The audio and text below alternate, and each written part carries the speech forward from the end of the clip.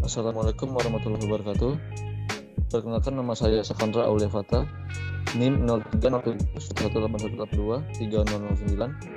Baiklah, di sini saya akan menjelaskan mengenai penilaian kerentanan air tanah berdasarkan model drastik, JIS, dan metode proses hierarki analitik atau AHP dari kasus cekungan danau Eğirdir, Isparta, Turki. Baiklah, outline kali ini ialah yang pertama latar belakang, kedua tinjauan pustaka, ketiga metodologi, keempat hasil dan pembahasan, dan kelima kesimpulan. Latar belakang. Air tanah merupakan sumber suplai air terpenting di daerah kering dan semi kering karena volumenya yang besar dan kerentanannya yang rendah terhadap pencemaran bila dibandingkan dengan air permukaan. Salah satu metode standar kerentanan air tanah yang paling banyak digunakan adalah drastik, yang dikembangkan oleh Badan Perlindungan Lingkungan Amerika Serikat atau US EPA.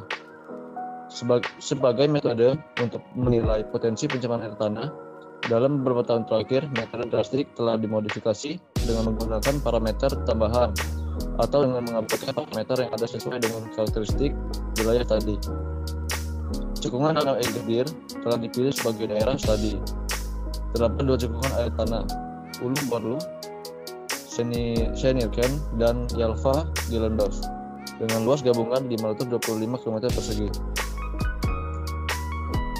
Tinjauan pustaka.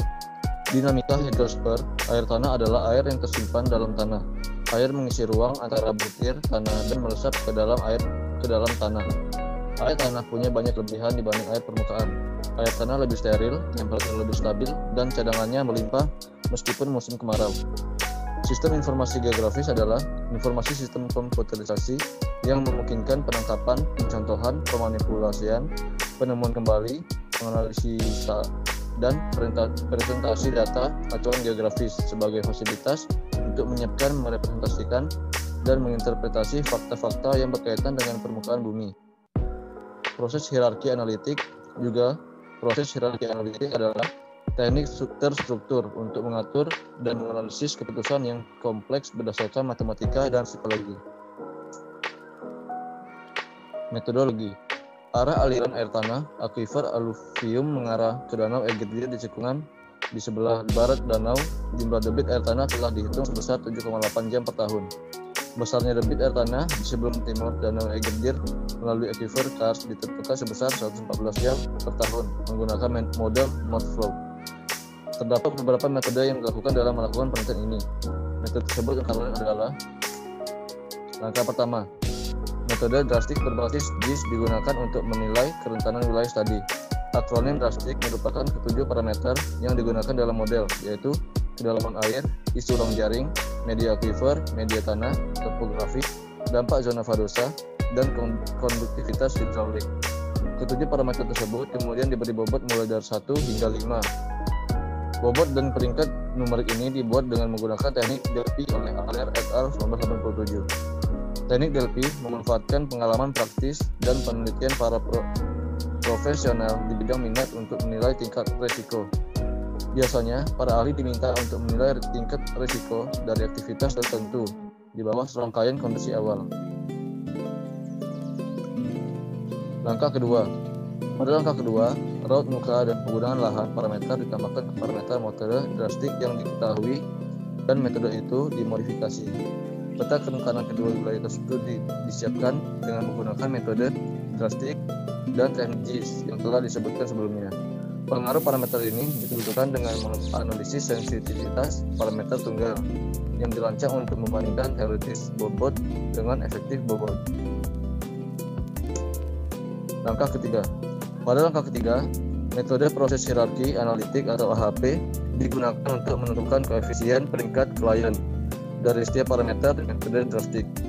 Proses ini telah digunakan untuk menghitung tingkat dan semua parameter yang digunakan dalam metode drastik, mengubah faktor bobot awal yang berpartisipasi dalam menilai persamaan kerentanan. Terakhir, peta kerentanan yang telah disiapkan divalidasi menggunakan data hidrokimia dan kejadian intrat aktual di akuifer. Tujuan dari analisis korelasi adalah untuk mengukur dan menginterpretasikan kekuatan hubungan linear atau non-linear antara dua variabel kontinu. Analisis regresi sederhana mengevaluasi dampak relatif dari variabel prediktor pada hasil tertentu. Hal ini berbeda dengan analisis korelasi yang bertujuan untuk menguji kekuatan dan arah hubungan antara dua variabel aset. Hasil pembahasan. Yang pertama yaitu penilaian kerentanan akuifer dengan drastik metode. Indeks kerentanan drastik telah dihitung menurut persamaan dan berada di antara 60 dan 186. Selain itu, peta kerentanan drastik dari DAS disiapkan dengan menggunakan analisis overlay dari 7 peta parameter hidrologi yang disebutkan sebelumnya. Berikutnya yaitu penilaian kerentanan akibat dengan metode drastik yang dimodifikasi. Untuk memodifikasi metode drastik yang telah diketahui, parameter kelurusan dan penggunaan lahan ditambahkan ke dalam penilaian dan dengan demikian kerentanan akifer di well study dievaluasi kembali. Parameter drastik dijelaskan secara rinci di bagian sebelumnya dan nilai rating dan bobotnya digunakan dengan cara yang sama. Yang terakhir yaitu penilaian kerentanan akifer dengan metode drastik AHP. Metrik perbandingan berpasangan disiapkan untuk 9 parameter yang digunakan dalam metode drastik dan koefisien peringkat baru dihitung untuk setiap parameter yang digunakan dalam penyusunan peta oleh metode drastik AHP. Dihitung dengan mengalihkan nilai rating masing-masing parameter dengan nilai rating baru yang diperoleh. Kesimpulan. Dalam studi ini, metode drastik digunakan untuk evaluasi kerentanan di air tanah di cekungan danau Egirdir. Penilaian kerentanan air tanah dari seluruh wilayah sungai terbukti realistis dan sesuai untuk dataran Senirken Ulu Borlu. Namun, meskipun berhasil dalam beberapa studi kasus, metode drastik memiliki beberapa kelemahan.